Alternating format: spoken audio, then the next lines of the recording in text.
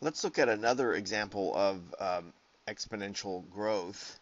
Um, in this example, what we're given is an experimental population of fruit flies, and we're told that the population has 100 flies after 2 days, and then it's going to grow to 300 flies after 4 days. And what we want to know is what was the initial population? What was the population when we began the experiment? Um, so populations often follow the exponential growth or decay rule, and um, so that's what we're going to assume in this particular problem in order to answer the question here. So let's choose some variables. I'm going to let y be the fruit fly population, and then as we often do, um, we're going to let t be elapsed time, since we're observing this fruit fly population over time. So this is going to be elapsed time, and it's going to be measured in days, as indicated in the description of the problem. So since we're assuming that this fruit fly population follows an exponential growth model, then we can model this population's growth rate using the following differential equation. We're going to assume that the rate of change, dy over dt, the rate of change of the fruit fly population with respect to time, is proportional to, so it's some constant of proportionality times the current size of the fruit fly population. So this is the basic differential equation that we've been solving in all of these examples. So of course you already understand how the solution is going to go here, right? We're going to separate the variables in this differential equation. I'm going to multiply both sides by dt initially, right? So we'll multiply the left-hand side by dt and also the right-hand side by dt. And then I'm going to immediately turn around and divide both sides also by k. I'm sorry, by y, so that I'll get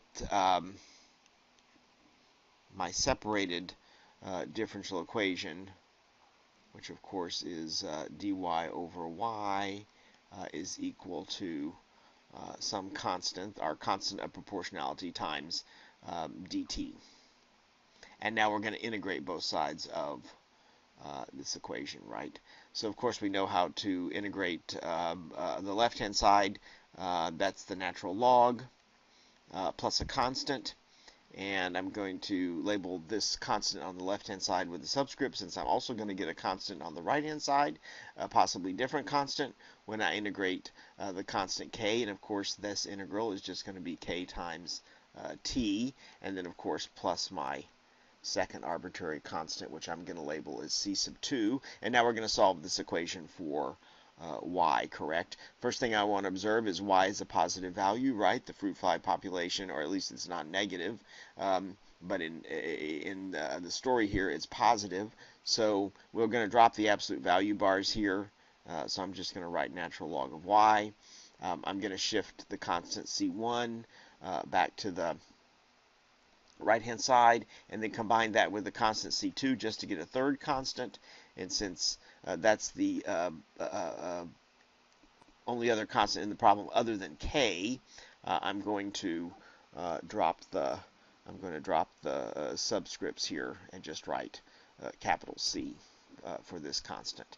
And now, of course, as you know, we're going to raise both sides of this equation to e, right?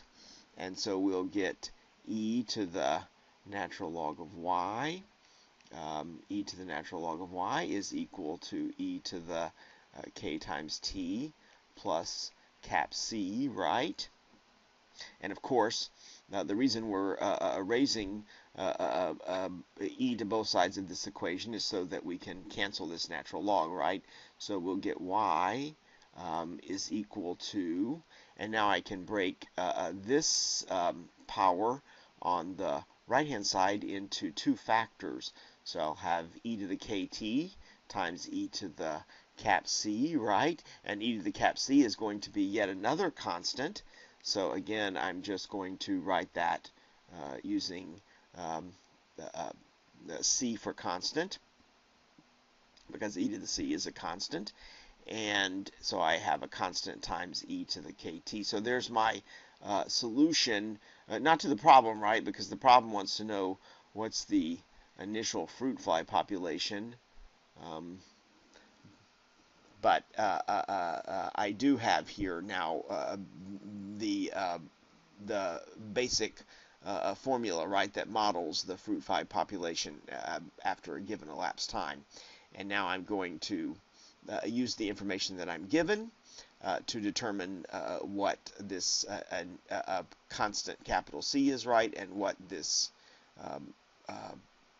constant of proportionality, right, K is in the problem. All right, so let's see. We were told that but after 2 days, I think our population was at 100 fruit flies, right?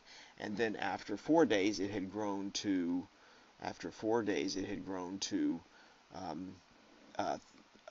300 fruit flies, correct? So that information we can use to help us, again, determine these constants, C and K, by using substitution. So let's plug in first. We know that the fruit fly population is 100, right? That's why when elapsed time is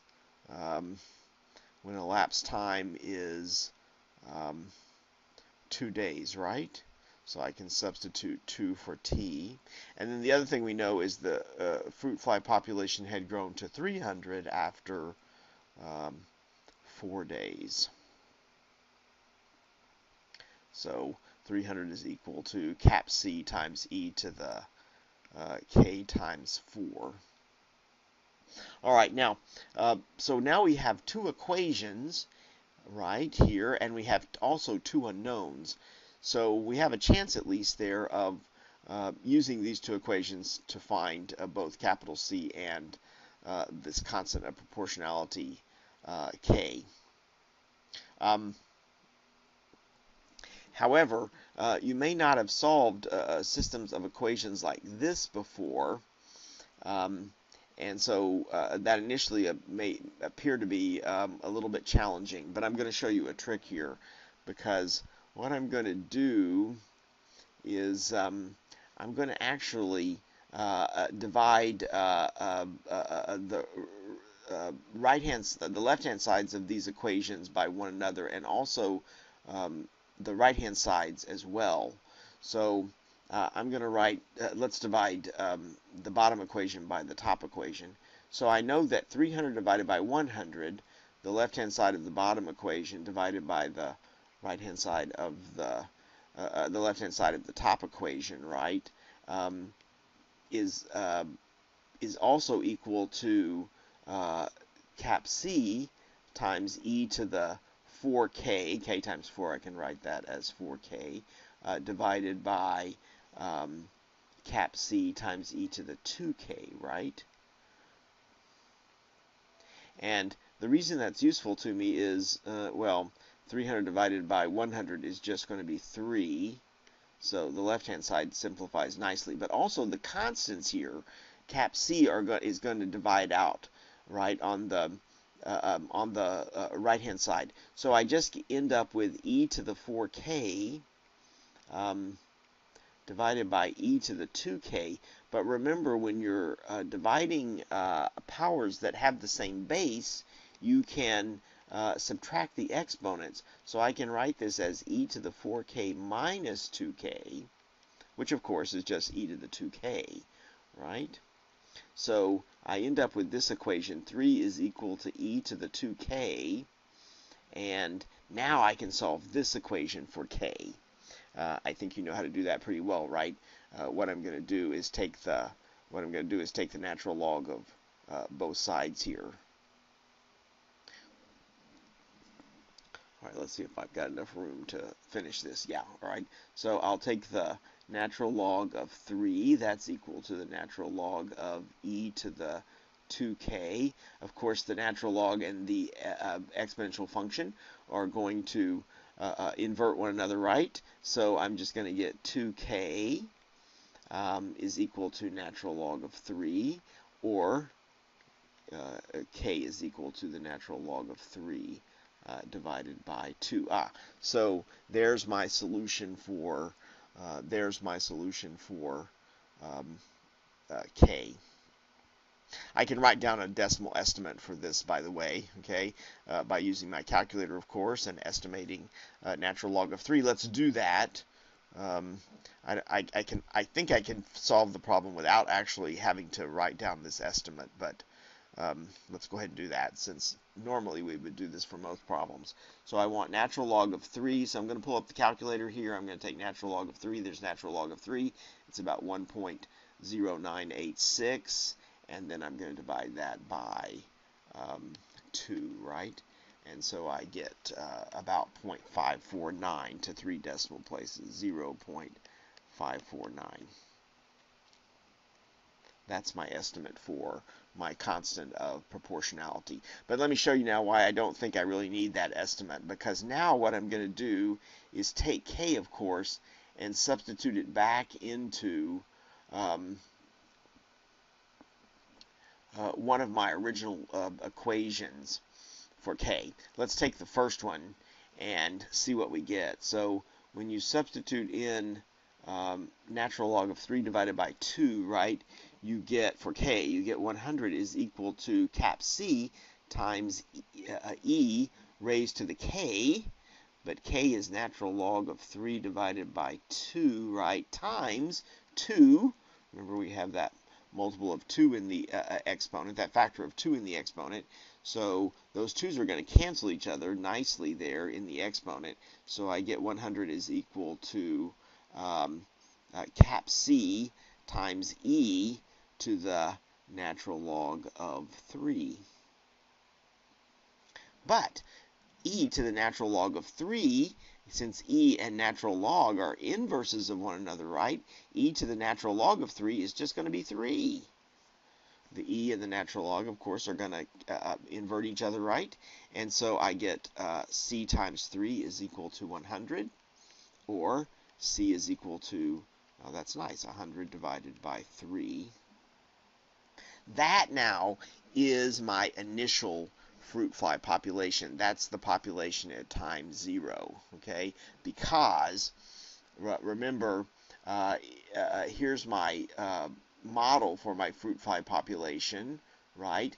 And when you plug in 0 for t, which would give you the fruit fly population at time 0, you would get that initial population is just e to the k times 0, which is e to the 0, which is 1.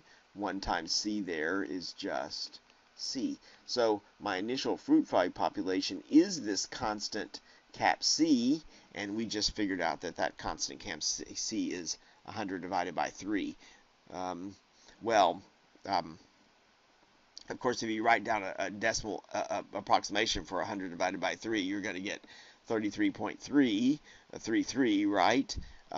But you can't have a fractional number of fruit flies, so I guess we'll just round that off to a whole number, which would be 33. So there's my estimate for the initial fruit fly population. I think it was 33, okay?